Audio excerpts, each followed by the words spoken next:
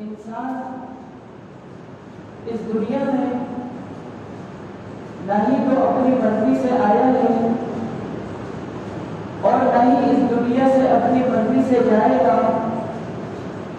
اس دنیا میں بھیجنے والے وہ اللہ رب العزت کی ذات ہے، اور مرنے کے بعد انسان واپس اپنے رب کی طرف لوٹایا جائے گا۔ جب اللہ تعالیٰ نے انسانوں کو اس دنیا میں بھیجا اور اللہ تعالیٰ نے انسانوں کی تخلیق فرمائی، تخلیق فرمانے کے بعد انسان کو بہت اچھے سانچے میں ڈالا۔ اللہ نے اس کے لیے کان بنائے، آنکھیں بنائی، اللہ نے زبان دی، سوچنے کے لیے دماغ دیا، دیکھنے کے لیے آنکھیں دی، پکڑنے کے لیے ہاتھ دیے۔ تو اللہ رب العزت نے انسانوں کو بہت سارے اعضاء سے نوازا، اور یہ اعضاء انسان کی زندگی گزارنے کے لیے انتہائی ضروری ہے۔ تو انسان کو چاہیے کہ جو اعضاء اللہ تعالیٰ نے اسے عطا کیے ہیں، سر کے بال سے لے کر پیر کے ناخن تک، جو بھی اللہ تعالیٰ کی نعمتیں ہمارے جسموں پر سجی ہوئی ہے، ان تمام نعمتوں کا استعمال اللہ کے حکم کے مطابق ہونا چاہیے۔ ان تمام اعضاء کا استعمال اللہ کے حکم کے مطابق ہونا چاہیے۔ یہ تمام اعضاء اللہ ہی نے ہمیں دیے ہیں، اور بہت ممکن ہے کہ اللہ تعالیٰ ان اعضاء کو ہم سے واپس کر دے۔ بہت سی مثالیں ہم دیکھتے ہیں۔ ایک وقت تو تھا کہ انسان چیزوں کو سن رہا ہوتا تھا، لیکن ایک وقت ایسا بھی آتا ہے کہ انسان قوت سماعت سے محروم ہو جاتا ہے۔ ایک وقت تو ایسا بھی ہوتا ہے کہ انسان دنیا کی حسین ترین مناظر کو دیکھ رہا ہوتا ہے، لیکن آگے کا وقت اس پر ایسا بھی گزرتا ہے کہ وہ ان چیزوں کو دیکھنے سے قاصر ہو جاتا ہے۔ تو جو ذات جس نعمت کو دے سکتی ہے، وہی ذات ان نعمتوں کو واپس بھی دے سکتی ہے۔ آج کے دور میں، آج کے اس فتنوں کے زمانے میں، آج کے اس پرخطر دور میں ایک چیز ایسی ہے جس کا بے دریغ استعمال ہو رہا ہے۔ اللہ کی ایک نعمت ایسی ہے جس کی ناقدری عروج پر ہے، جس کا استعمال کرنے سے پہلے نہ ہی انسان سوچتا ہے، نہ ہی توڑتا ہے، جو بات آئے زبان پر بول دیتا ہے، اور وہ اللہ کی نعمت زبان ہے۔ اس کا بیجا استعمال ہے، بغیر سوچے سمجھے زبان سے باتوں کو نکالنا ہے۔ اس بات کا خیال نہیں کرنا کہ اس بات میں میری زبان سے جو الفاظ نکل رہے ہیں اس کا اثر سامنے والے کے دل میں کیسا ہوگا۔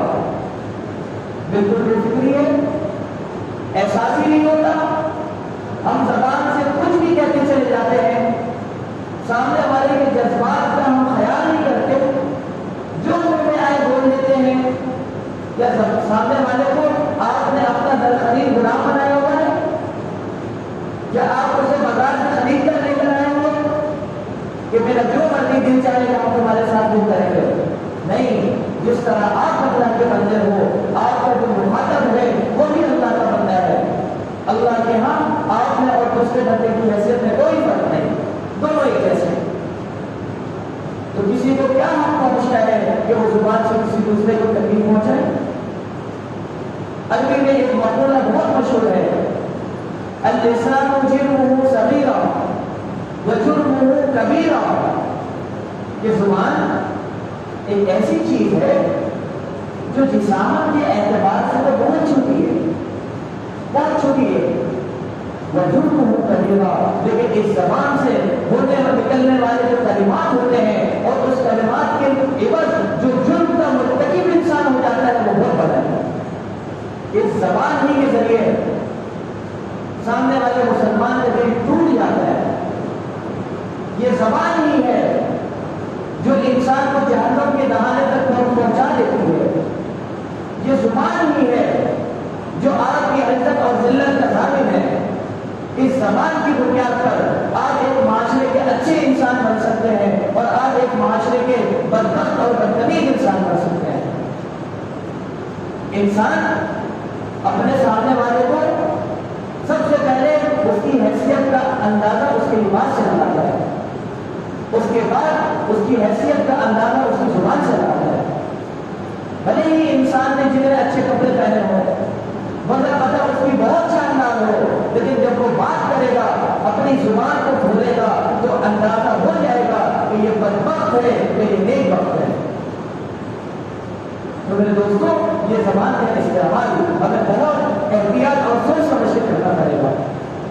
قرآن کریم میں اللہ رب العزت ارشاد فرماتے ہیں, یا ایھا الذین آمنوا لا یسخر قوم من قوم عسى ان یکونوا خیرا منهم.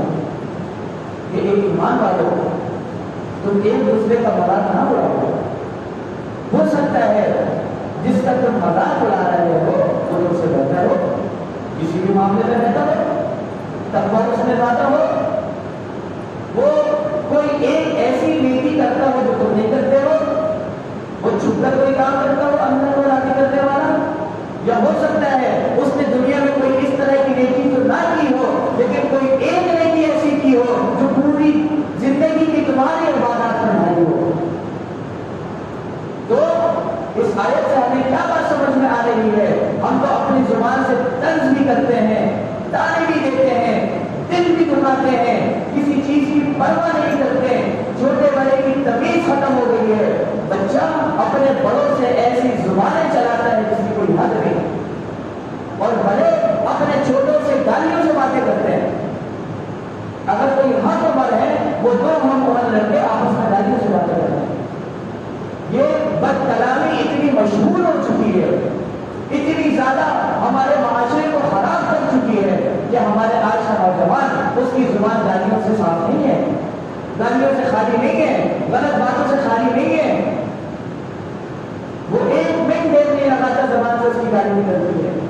پہلے زبان پر گالی ہوتی ہے پھر اس کی باتیں ہوتی ہیں. کیوں یہ معاشرہ ہمارا اتنا خراب ہو گیا؟ ہمارا قرآن کہتا ہے, ہمارا رب کہتا ہے, ہمارا قرآن تو یہ کہتا ہے کہ آپ سامنے والے کا مذاق بھی نہیں اڑا سکتے. ایک ہوتا ہے مذاق کرنا, ایک ہوتا ہے مذاق اڑانا. دونوں چیزوں کا بہت فرق ہے. آپ نے سامنے والے سے کوئی دل لگی کی بات کر لی, یہ ہے مذاق کرنا. اگر آپ نے سامنے والے سے ایسی بات کی جو آپ کی باتیں اس کے دل میں چپ گئی جا کر, یہ ہے مذاق اڑانا. بہت فرق ہے. اللہ کے نبی صلی اللہ علیہ وسلم اپنے صحابہ سے زندگی کی باتیں کیا کرتے تھے, لیکن کبھی بھی کسی بھی صحابی کا آپ علیہ السلام نے مذاق نہیں اڑایا. آپ کے صحابہ نے کسی دوسرے کا مذاق نہیں اڑایا, مذاق کیا ہے, مذاق اڑایا نہیں ہے. تو میرے دوستوں, اپنی زبان کا استعمال بہت احتیاط سے کریں. دوسری خرابی ہمارے معاشرے کی اس زبان سے متعلق ہے کہ انسان اپنی شیخی بگاڑتا ہے. وہ چاہتا ہے کہ سامنے والے کے اندر میری بھاگ بیٹھ جائے, میں اپنی زبان سے ایسی چکنی چپی باتیں کروں جو کہ اس کی دل میں جا کر میری باتوں کا ایسا اثر ہو وہ میری جیتتا ہے. حالانکہ جو باتیں اپنی زبان سے نکال رہا ہے حقیقت میں وہ باتیں اس کے اندر موجود نہیں ہیں, جھوٹی باتیں کر رہا ہے, جھوٹ بول رہا ہے. اللہ رب العزت کا قرآن ایسے شخص کے بارے میں فرماتا ہے, یا ایھا الذین آمنوا لم تقولون ما لا تفعلون. ایک ایمان والو, تم ایسی باتیں کیوں کرتے ہو جو تم نے کیے نہیں؟ ایک عمل آپ نے نہیں کیا تو شیخی بگاڑنے کے لیے اس عمل کو لوگوں میں بیان کیوں کرتے ہو جب آپ نے وہ کیا ہی نہیں ہے؟ آپ اگر اپنا محاسبہ کریں, اپنے آس پاس والوں کو دیکھیں, اپنے جان پہچان والوں کو دیکھیں, یا جن سے آپ کی بات کی تجزیہ بڑے تھوڑے دیکھیں اور غور و فکر کریں, آج کے وقت 80% لوگ اسی بیماری کے شکار ہیں. کچھ ہوتا نہیں ہے, صرف زبان سے وہ فتح خانی کرتے ہیں, زبان سے جو ہے وہ اپنی بات دوسروں کے دلوں میں بجانا چاہتے ہیں. میرے دوستوں, اللہ کا قرآن ہمیں اس بات سے روکتا ہے. پہلی بات, زبان سے کوئی بھی بات ہم نکالیں اسے توڑیں, سوچیں, پھر کیا کر بولیں. اور دوسری, زبان سے بات کرنے میں احتیاط کیا ہے کہ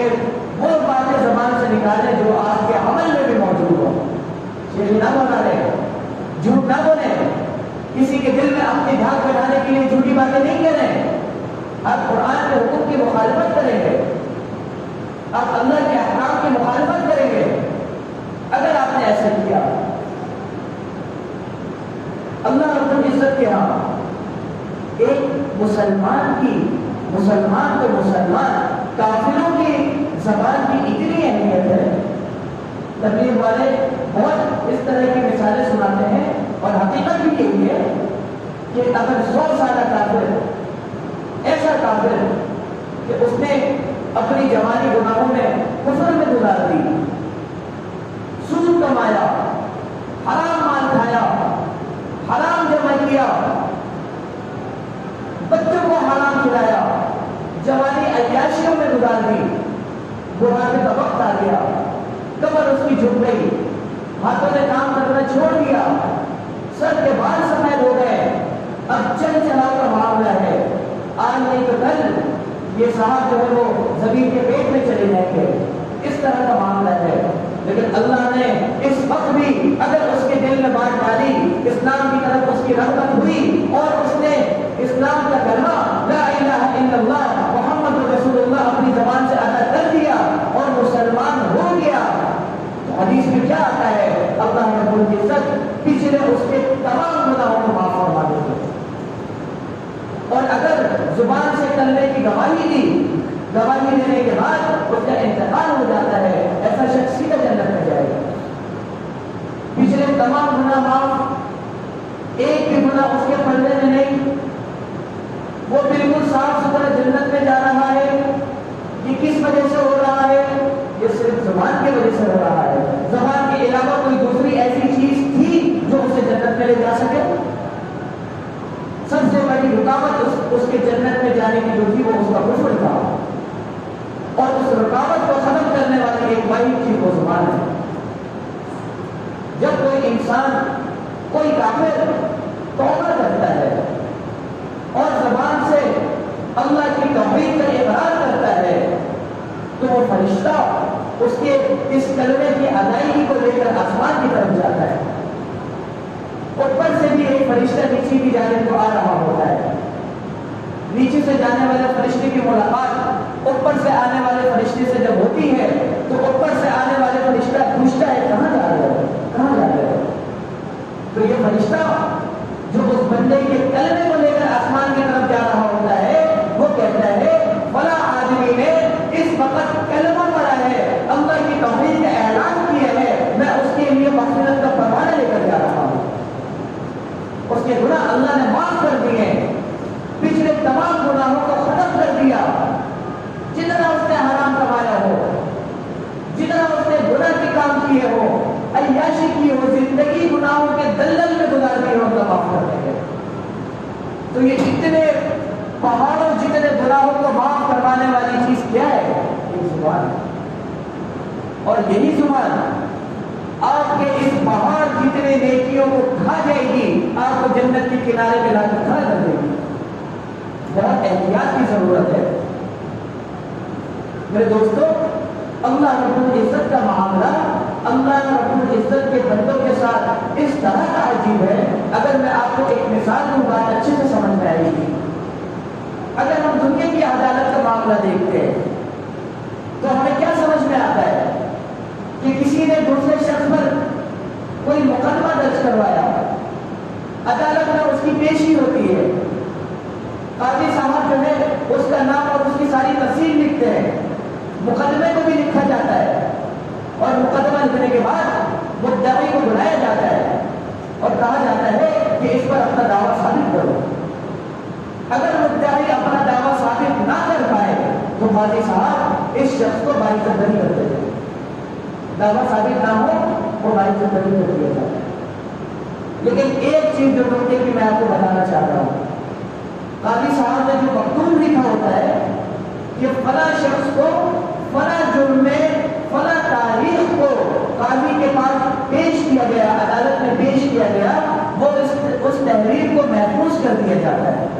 وہ تحریر ویسے ان کے جو ہے وہ فائل میں جمع ہو جاتی ہے، لیکن جب انسان کوئی گناہ کا کام کرتا ہے اور گناہ بھی ایسا جو اللہ کو ناراض کرنے کا سبب بن جائے، گناہ بھی ایسا جو انسان کو جہنم کے گڑے میں پہنچانے والا ہو.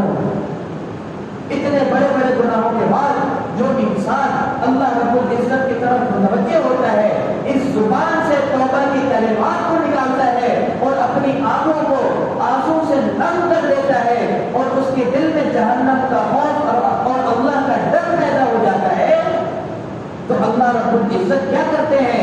اس کے گناہوں کو بھی معاف فرما دیتے ہیں. اور فرشتوں نے جو نامہ اعمال میں اس کی گناہ کی فہرست بنائی تھی، اللہ رب العزت اس کو بھی مٹا دیتے ہیں، تاکہ یہ گناہ کی فہرست جب قیامت والے دن اس کی پکڑ کا سبب نہ بن جائے. مٹا دو، اس کو ختم کر دو. تو توبہ کرنے والا ایسا ہے جیسے اس نے توبہ گناہ کیا ہی نہ ہو. تو میرے دوستو، یہ آخرت کا معاملہ ہے، یہ اللہ کی محبت ہے آپ کے سامنے. ایک صحابی کے بارے میں آتا ہے کہ وہ حج کے سفر سے واپس آ رہے تھے. راستے میں ان کی ملاقات ہوئی ایک عورت سے. انہوں نے دیکھا سامنے سے کوئی سواری میرے جانب بڑھ رہی ہے. جب وہ سواری قریب آئی تو دیکھا ایک عورت سواری پر سوار ہے. تو کہنے لگے، وہ صحابی جو ہے اس عورت سے کہنے لگے کہ اے خاتون، آپ کہاں سے آ رہی ہیں، کہاں سے آپ آ رہی ہیں؟ تو وہ کہنے لگی، وَأَقِمُوا الْحَجَّ وَالْعُمْرَةَ لِلَّهِ. اس نے قرآن کی آیت پڑھی. میں زبان کی حفاظت پر آپ کو یہ حدیث سنا رہا ہوں کہ لوگ جو اللہ والے ہوتے ہیں وہ اپنی زبان کی اپنی زندگیوں میں کس طرح سے حفاظت کرتے ہیں. تو سوال کیا تھا؟ کہاں سے آ رہی ہو؟ وہ خاتون بھی حج کے سفر سے واپس آ رہی تھی، یہ صحابی بھی حج کے سفر سے واپس آ رہے تھے. تو یہ خاتون کہتے تھی میں حج کر کے آ رہی ہوں، لیکن اس نے اپنی زبان کو اس دنیاوی زبان کے مطابق استعمال کرنا پسند نہیں کیا، بلکہ اس عورت نے اپنی بات کو ثابت کرنے کے لیے قرآن کی آیت کا سہارا لیا کہ وَأَقِمُوا الْحَجَّ وَالْعُمْرَةَ لِلَّهِ. صحابی سمجھ گئے کہ یہ خاتون حج اور حج یا عمرہ کر کے آ رہی ہے. تو اس صحابی نے دوبارہ پوچھا، یہاں کیا کر رہی ہو اس جگہ پر؟ تو وہ کہنے لگی، مَن يُضْلِلِ اللَّهُ فَلَا هَادِيَ لَهُ. جسے اللہ گمراہ کر دے کون اسے ہدایت دے سکتا ہے؟ تو اس کا جواب تو یہ ہونا تھا کہ میں راستہ بھٹک گئی ہوں، مجھے راستہ نہیں مل رہا، میں گم ہو گئی ہوں. لیکن انہوں نے اپنی اس بات کو کہنے کے لیے قرآن کی آیت کا سہارا لیا، مَن يُضْلِلِ اللَّهُ فَلَا هَادِيَ لَهُ. صحابی کہتے ہیں میں نے پوچھا کدھر کو جانے کا ارادہ ہے، کہاں جا رہی ہو؟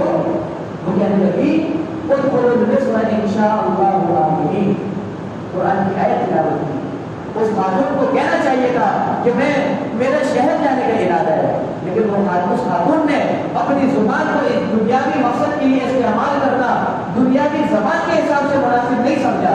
اپنی زبان کو اپنی بات کو ثابت کرنے کے لیے قرآن کی آیت کا سہارا لیا. ادخلوا مصر ان شاء اللہ آمنین. صحابی سمجھ گئے کہ یہ خاتون کا جو ارادہ ہے وہ شہر جانے کا ہے. پھر وہ صحابی جو تھے انہوں نے اس عورت کی سواری کی نکیل پکڑی. نکیل پکڑنے کے بعد اس کو ہٹا کر لے کر جانے لگے. اور عربوں کی یہ عادت ہوا کرتی تھی کہ جب وہ جانور کو اس طرح سے گھمایا کرتے تھے یا نکیل پکڑ کر لے کر جایا کرتے تھے کہیں پر، تو وہ اشعار گنگنایا کرتے تھے، اشعار گنگنایا کرتے تھے. تو وہ صحابی بھی جو ہے وہ اشعار گنگنا رہے ہیں. تو اس عورت نے کیا کیا؟ قرآن کی ایک اور آیت پڑھی، فَقْرَؤُوا مَا تَيَسَّرَ مِنَ الْقُرْآنِ. بھائی اگر تمہیں قرآن میں سے کچھ آتا ہے تو پڑھ دو، یہ اشعار مجھے مت سناؤ. تو یہ اپنی زبان میں بھی تو کہہ سکتی تھی، لیکن اس نے سہارا کس کا لیا؟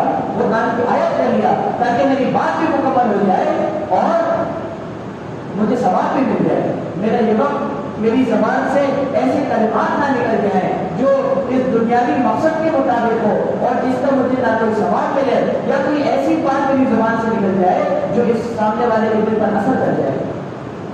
میرے دوستو یہ استعمال ہے زبان کا. اپنی زبان کو لوگ اس طرح سے احتیاط کے ساتھ استعمال کیا کرتے تھے. آج ہماری بے احتیاطی کا یہ عالم ہے، ہم نہ کچھ سوچتے ہیں نہ سمجھتے ہیں، جو زبان ہے فوراً بول دیتے ہیں. احساس ہی نہیں ہوتا کہ میری بات کا سامنے والے پر کیا اثر ہوگا. میرے دوستوں یہ بہت سوچنے کی بات ہے.